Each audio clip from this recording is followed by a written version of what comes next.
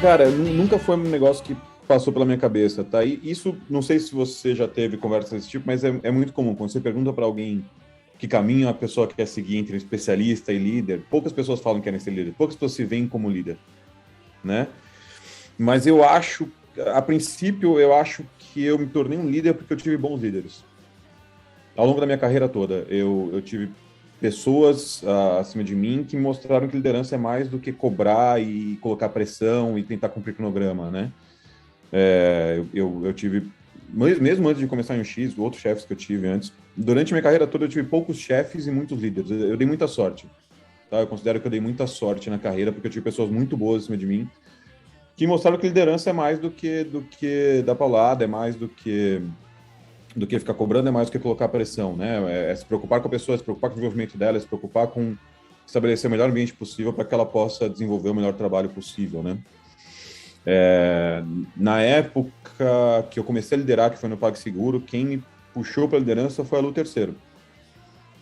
A Lu Terceiro era minha gerente na época, eu atuava como arquiteto de informação, UX, antes a gente falava que era arquiteto de informação, né? Agora todo mundo é UX designer, ou design de produto. Eu atuava no Boa Compra, que é um dos produtos dentro do guarda-chuva do PagSeguro, né? Um gateway de pagamento, produtos digitais, sob a gerência dela. E ela me chamou para coordenar o time de UX do PagSeguro. Foi como eu comecei a liderar pessoas.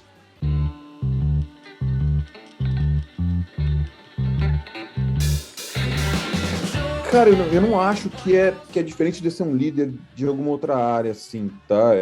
Existem questões específicas, mas toda área tem, né? E você tem que saber design, você tem que se aprofundar em design para conseguir liderar seu time, para conseguir guiar seu time, para conseguir traçar estratégias para o seu time. Mas eu teria que fazer isso em qualquer outra área, né? Se eu fosse um líder desenvolvedor, eu teria que saber de desenvolvimento e arquitetura de sistemas e tudo. Eu não sei, eu nunca fui líder em outra área, mas eu não sei se seria muito diferente, tá? E aí entra a questão de novo de ser chefe ou líder, né? Um líder de pessoas é sempre um líder de pessoas, independentemente da área que ele atue, independentemente da disciplina que ele atue, né? Eu acho que design tem talvez uma questão que design ainda se vê como uma peça fora do sistema, né? Os designers ainda se colocam num patamar, ainda se veem como um elemento que não faz parte daquele mar de pessoas frias e que só pensam em números, em negócios, em dinheiro. Então, existe um desafio muito grande, a meu ver, como líder de design, de tirar o pessoal desse pedestal, de fazer com que eles se vejam como parte daquele organismo, né, daquela organização, e de que eles colaborem mais com as demais áreas também, né? Mas, a parte disso, eu vejo, talvez tenha essa questão de lidar com o ego dos designers, né? Que às vezes é um pouco mais difícil, às vezes é um pouco mais desafiador. Mas a princípio é liderança, ao meu ver, como qualquer outra liderança de pessoas, né? Líder de pessoas, cara. Você tem que. E isso exige skills próprios. Né? Nem todo bom designer vai ser um bom líder, nem todo bom desenvolvedor vai ser um bom líder de desenvolvimento. Liderança exige skills próprios, né? E um conhecimento específico ali.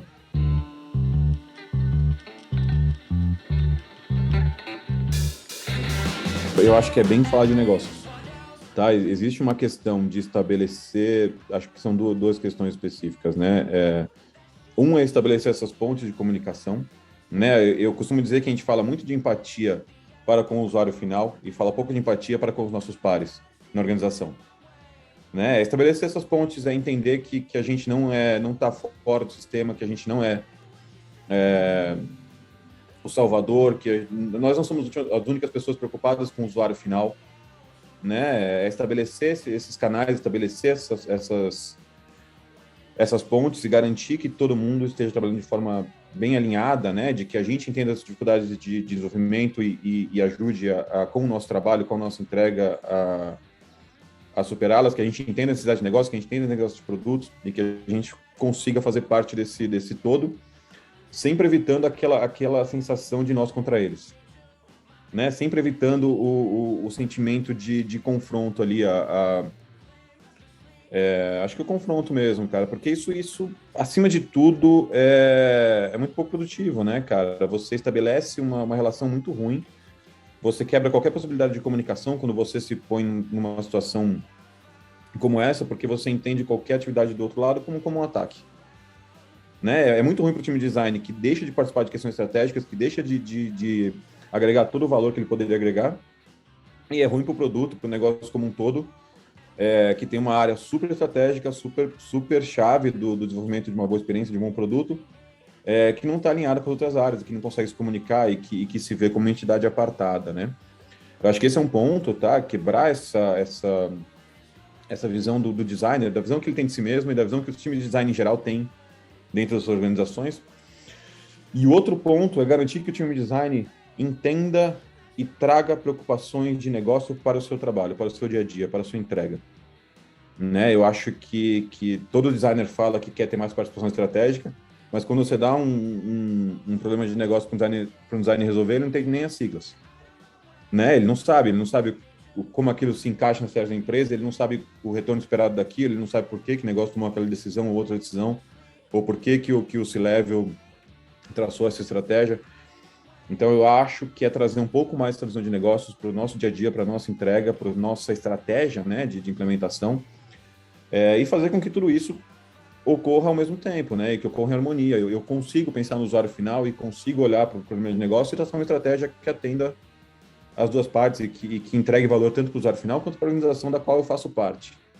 Né? Existe ainda muito um sentimento, eu acho, de que não, eu sou diferente, eu não faço parte eu tô nessa empresa, mas eu não concordo com os caminhos. Cara, então procura outra empresa. Você, ao entrar na organização, você aceitou fazer parte daquela proposta. Né? Se aquela proposta não está de acordo com os seus ideais, procura outro lugar, vai para outro lugar, mercado superaquecido, não é bom para ninguém, nem para você, designer, nem para a organização, que você fique nesse conflito, né? E que você não se veja como parte daquela organização como um todo. Mas eu acho que são esses dois pontos, esses dois desafios maiores, e eu acho que no fim, ambos são de fazer o design uma parte mais, como vou dizer, que ele faça parte da estrutura, né? Que ele faça parte da estratégia, que ele compõe junto com as demais áreas.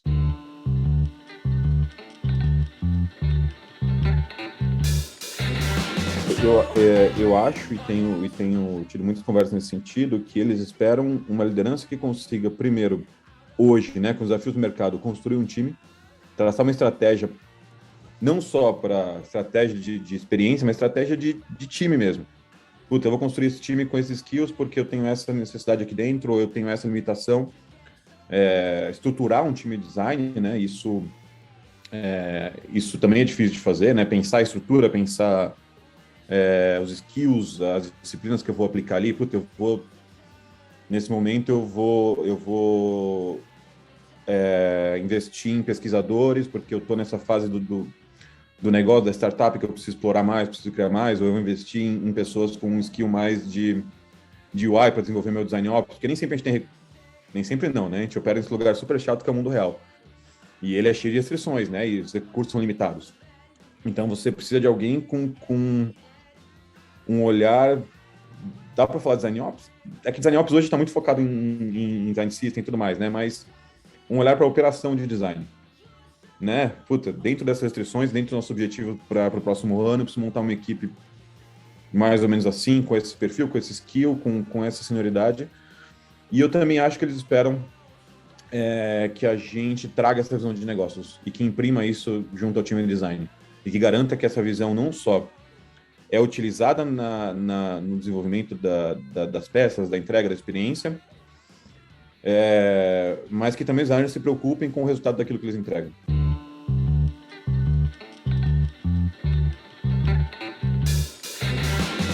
O que eu costumo dizer para os liderados? Tá? Eu trabalho muito uma questão de autonomia e sustentabilidade.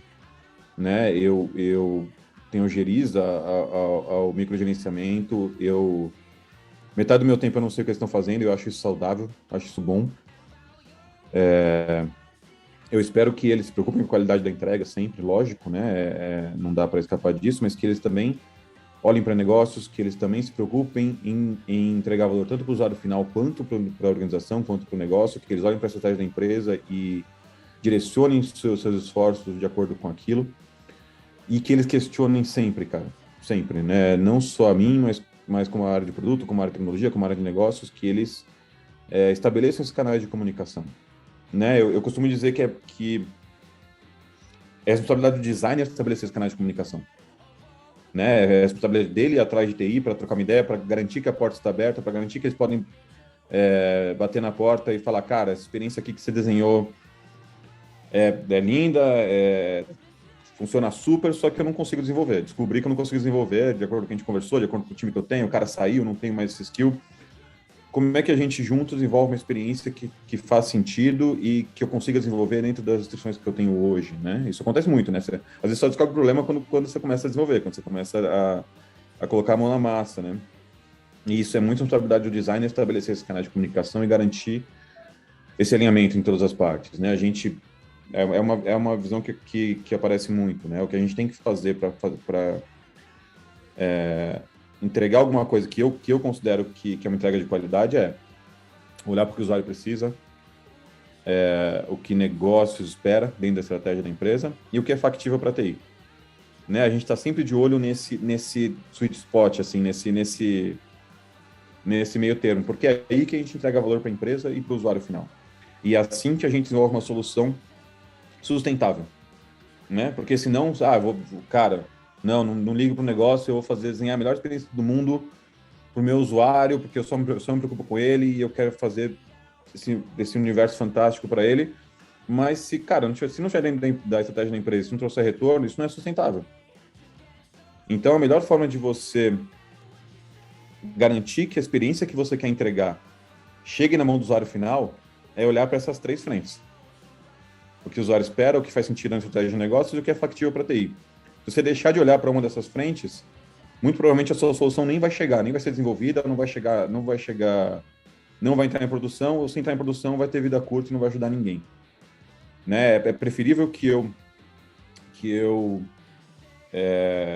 diminua o escopo do que eu planejei para o meu usuário para atender essas três esferas do que eu olhe só para aquele lado e não consiga desenvolver uma solução que faça sentido para a organização que eu tô. Então, essa é a visão que eu espero deles.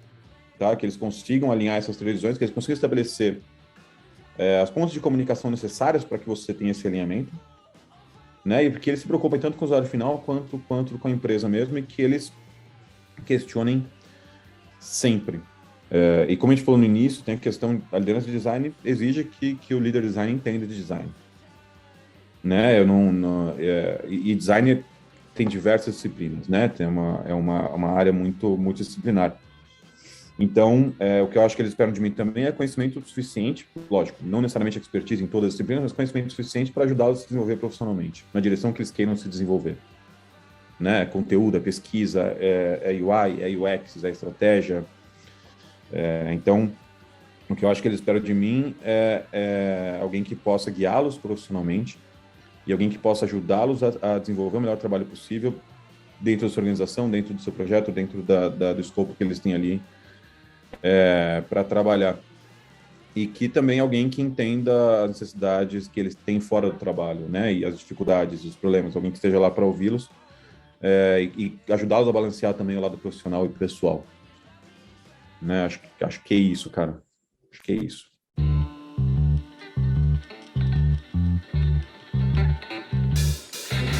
Tem muito eterno sobre o design de que o líder de design tem necessariamente que ser um designer muito foda. Sabe, em termos de UI, de UX, tem que saber de tudo e tem que ser tecnicamente acima dos outros ali. Eu acho que isso é um mito, de fato. Como a gente falou, a liderança envolve e exige outros skills. Né? Em todas as equipes das quais eu fui líder, eu tinha pessoas abaixo de mim muito melhores que eu, em todas as disciplinas. Né? Eu tinha pessoas melhores que eu em UI, eu tinha pessoas melhores que eu em UX, eu tinha pessoas melhores que eu em pesquisa. E eu acho que esse é um mito, e esse mito vem também da falta de maturidade que o mercado tinha para com o design. Né? Exigia-se que o designer fosse um puta designer visual foda e um puta cara de UI e tudo mais. E isso vem muito da ideia de que design é pintar telinha, né? Fazer as coisas ficarem bonitas. Eu acho que esse é um mito que está se perdendo um pouco com o amadurecimento da área. Esse mito já está se perdendo um pouquinho, mas é um mito que existe até hoje. Eu dou alguns cursos às vezes e isso sempre aparece. Putz, mas para fazer UX eu preciso manjar de UI, Cara, e a liderança tem muito disso, né? Design, ela tem muito essa questão. Mas com relação a outros mitos, não sei, acho que esse é o que mais aparece para mim, acho que é o mais claro.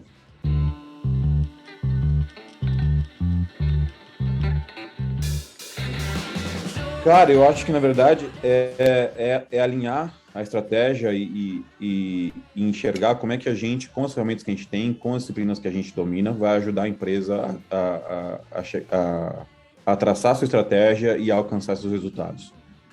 Né? Eu acho que nada mais é do que ver como a nossa expertise, a nossa disciplina pode ajudar no desenvolvimento desse caminho. E aí você tem diversos caminhos para fazer isso, né? Assim como um problema não tem uma solução só, um objetivo de negócio não tem uma forma só de se alcançar, né? Mas isso passa também, por exemplo, por traduzir achados de pesquisa para times de negócio e produto. Né? Cara, se eu chegar com uma necessidade de usuário super qualitativa, há tantos falaram, cara, traz um impacto de negócio disso, sabe? O pessoal falou isso e isso bate direitinho com o projeto que a gente estava querendo desenvolver para o Q3. Então a gente consegue priorizar ele porque a gente achou insights que validam essa hipótese e tudo mais. E existe uma questão super interessante para mim, que é de quebrar a caixinha preta de UX, de design. Cara, não tem por que a gente não dar visibilidade do nosso trabalho, do nosso processo e trazer eles para o nosso processo, para o nosso dia a dia. Design é um processo de solução de problemas, acima de tudo. Né? E todos eles podem se beneficiar disso, assim como a gente não pode se beneficiar da visão deles com relação a essas questões todas. Então, eu acho que primeiro, é a capacidade que a gente tem com os nossos skills, com as nossas disciplinas, com o nosso conhecimento, ajudar a empresa a desenvolver a estratégia e alcançar os resultados. E é também a forma como a gente traz outros times para o nosso mundo. Né? Quanto mais a gente dá visibilidade do nosso processo, das nossas ferramentas e do valor que a gente consegue levantar com tudo isso, mais a gente vai participar das decisões estratégicas. Né? Mais design vai sentar na mesa dos adultos. Né? Das empresas. Então, eu acho que estratégia de design é estratégia de negócios, cara. Não existe uma diferença. A não ser que você vá para o caminho que a gente já mencionou da operação de design, do design ops, mas isso é tático, né? Isso é tudo como é que a gente chega naquela estratégia que a gente traçou. E a estratégia tem que ser uma só, né, cara? Assim como métricas, fala-se muito disso, isso é um mito interessante. Das métricas de UX, das métricas de não sei o quê. Cara, métrica de UX que faz sentido é métrica de negócio. Né? Qualquer outra coisa que não isso, para mim, é métrica de vaidade. Métrica de UX é métrica de negócio porque experiência é negócio. Não existe esse muro, né? Não existe esse grande gap, né? Essa separação que algumas pessoas insistem em colocar ali.